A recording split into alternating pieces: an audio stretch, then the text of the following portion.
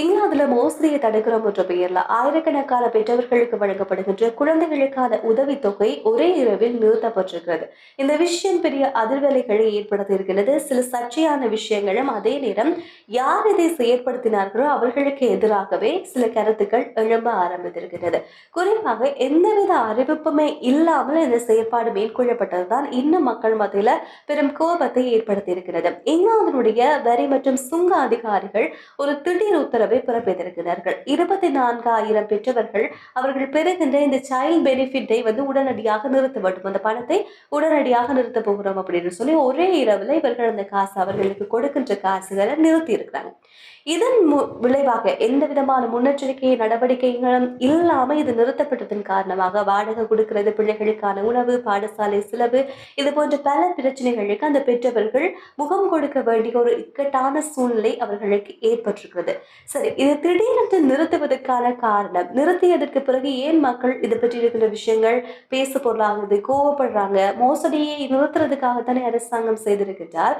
இதுல முக்கியமான விஷயம், ஏன் இதை மோசடியாக கருதி நிறுத்தினார்கள் என்றால், இந்த 24,000 நபர்களும், அந்த பெறுகின்ற பெற்றவர்களும் இங்கிலாந்துல இல்ல, அவர்கள் வேறு நாடுகள்ல வசித்துக் கொண்டிருக்கிறாங்க. ஆனா இங்கிலாந்துல பிள்ளைகளுக்காக வழங்கப்படுகின்ற இந்த உதவித்தொகையை அவர்கள் பெற்றுக் கொண்டிருக்கிறார்கள். எனவே இது ஒரு மோசடி என்று சொல்லித்தான் அந்த பணத்தொகை நிறுத்தப்பட்டிருக்கிறது. ஆனால் இந்த நிறுத்தப்பட்ட செயற்பாடு வந்ததுக்கு பிறகு ஆய்வு செய்ததன் அடிப்படையில இவர்கள் நிறுத்தியவர்கள் 64% பெற்றவர்கள் இங்கிலாந்துல தான் இப்ப வரைக்கும் பிள்ளைகளோட வசிச்சு வர்றாங்க அப்படின்ற விஷயம் தெரிய வந்திருக்கின்றது.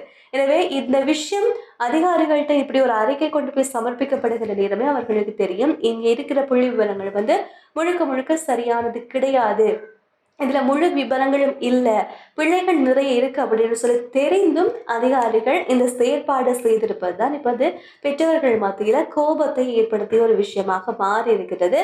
இது தொடர்பான ஆய்வுகள் வெளியானதுக்கு பிறகு இப்போது இது ஒரு பெரிய பேசு பொருளாக மாறி எல்லோருக்கும் இடையில விமர்சனங்கள் என்ன சொல்லாம ஒரு ஏற்கனவே முன்னறிவிப்பு விடுக்கப்பட்டிருந்தால் அந்த பெற்றவர்கள் அதுக்கு ஏற்றது மாதிரியான சில வேலைகளை செய்திருப்பார்கள், இல்லாவிட்டால் அதை பற்றி இருக்கக்கூடிய தெளிவூட்டல்களை வழங்கியிருப்பார்கள்.